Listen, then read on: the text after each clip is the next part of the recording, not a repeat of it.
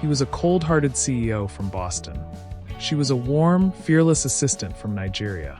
What started as tension soon spiraled into a storm of emotions, secrets, and impossible choices. Sit back, because this story will hold your heart hostage until the end.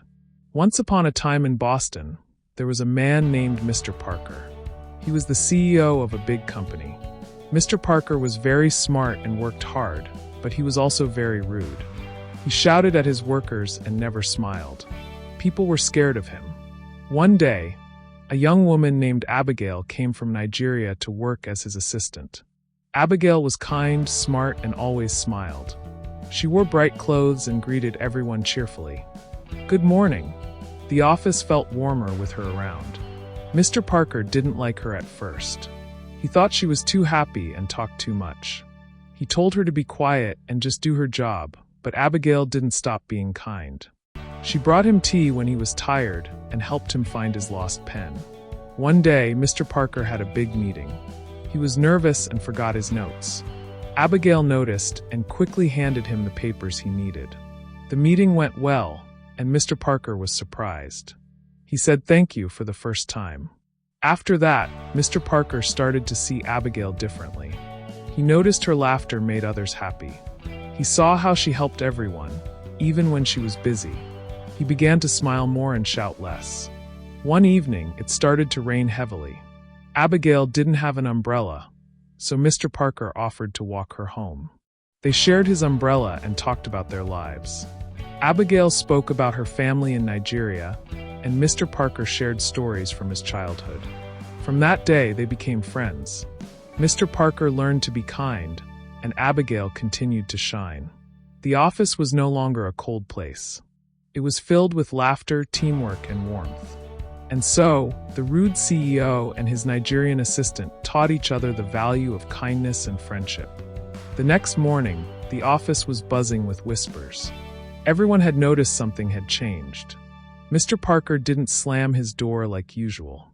He even nodded at the security guard and said, "Good morning." People stared in shock. Was this really the same man? Abigail came in with her usual bright smile.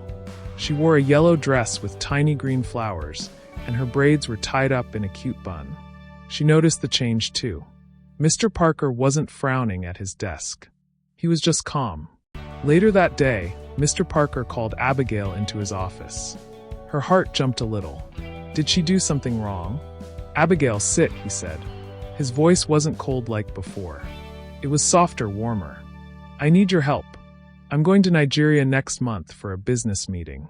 Abigail blinked in surprise. "You're going to Nigeria?" "Yes, and I need someone to help me understand the culture better. I don't want to go there acting like a robot." She smiled. "Of course, I'd love to help." They started spending more time together. She taught him how to say good afternoon in Yoruba and how to greet elders with respect. He even tried Nigerian jollof rice for the first time and coughed loudly from the pepper. But he smiled through the tears in his eyes. "You Nigerians like fire in your food," he joked. "You Americans eat so much hamburgers, your stomach must be dancing every day," she teased back. They laughed together for the first time. It felt easy, natural. But not everyone was happy about this new closeness.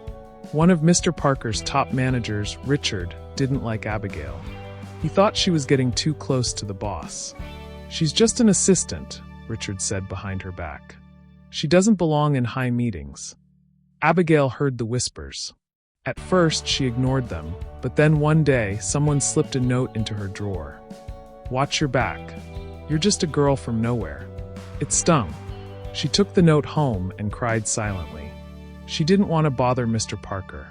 He was finally becoming someone kind, someone better. She didn't want to be the reason for new troubles in his life. But Mr. Parker wasn't blind. He noticed her eyes were red the next day. "Who hurt you?" he asked. Abigail shook her head.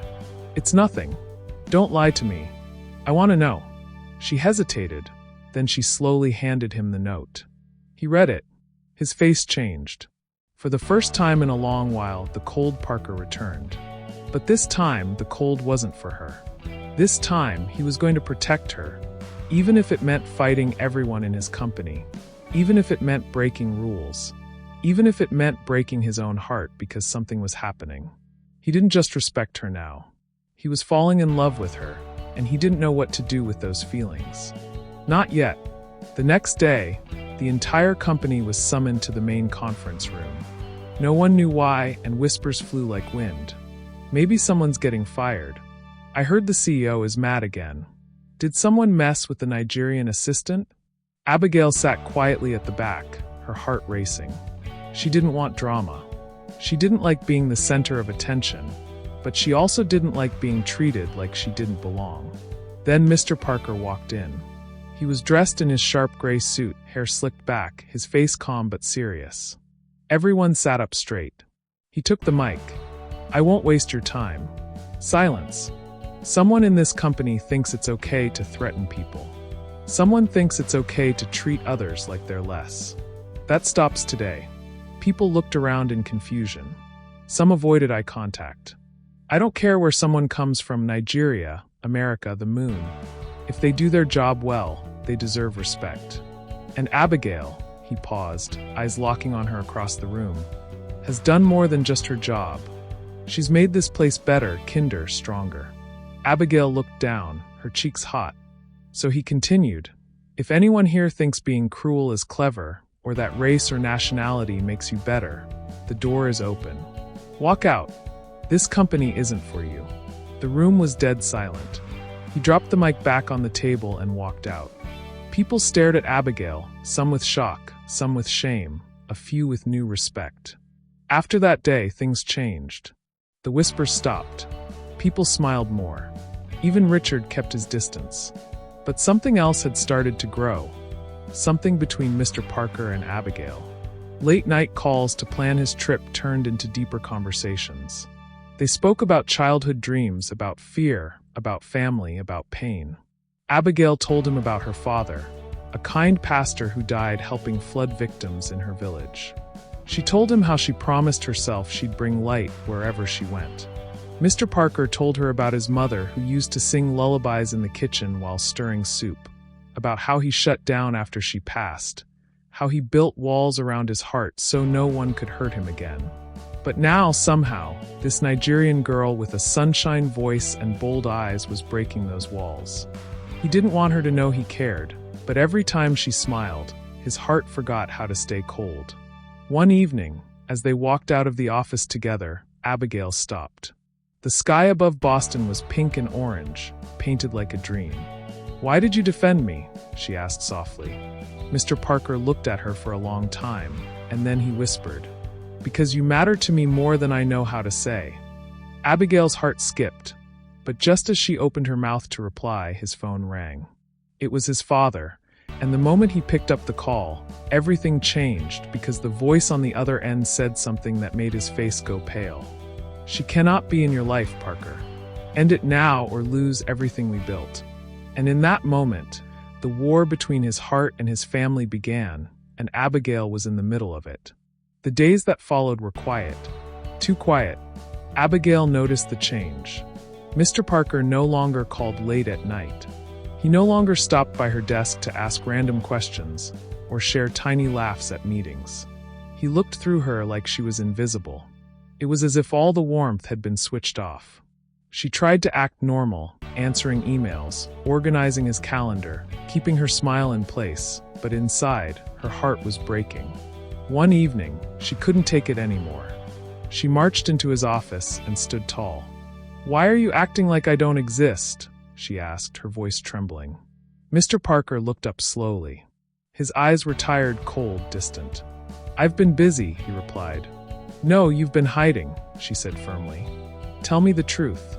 He sighed deeply, then stood up, walked to the window. The city lights glowed in the dark like stars fallen to earth. "My father called," he said at last. "He gave me a choice, let you go or lose the company." Abigail's lips parted in shock. "What? He doesn't want me with someone like you. He says it's bad for our name, for our legacy. He says I'll destroy everything he built." Tears gathered in Abigail's eyes. "So you chose the company?" He turned around, and for the first time, his face was full of pain. "No, I chose you, but I needed time to find a way." She blinked. What do you mean? I've been working on a plan. I've started a new company, one that I'll own completely. No father, no rules, no chains. It's small now, but it's growing. I didn't want to drag you into the storm until I was sure. Abigail's breath caught. I want to build a future, he continued, with people who care not just about money or power, but about kindness, about family, about you. She walked slowly toward him. So what now?